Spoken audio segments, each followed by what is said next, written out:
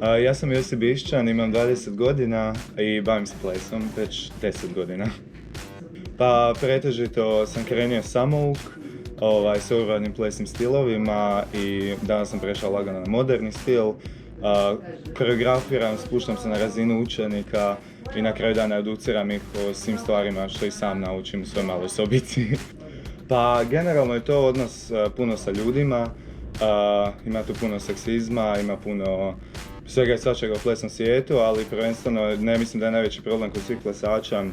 osloboditi se i zapravo zavoliti svoje tijelo, tako da je to neki najveći prvi korak nečemu većem, a nakon toga se gradi sa mojim prenošenjem znanja, sa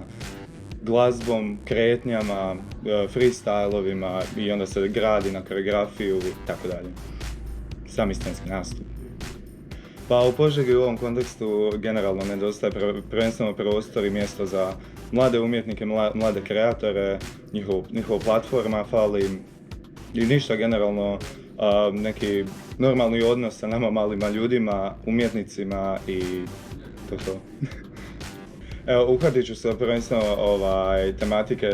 biti samouk i sam raditi na svojim kreacijama. Mislim da je jako danas teško zapravo biti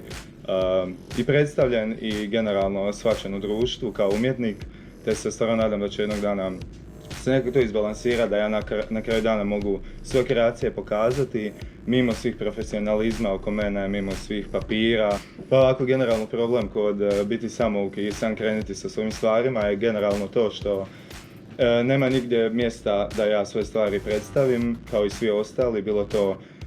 bilo sve grane umjetnosti i evo stvarno se nadam jednog dana da ćemo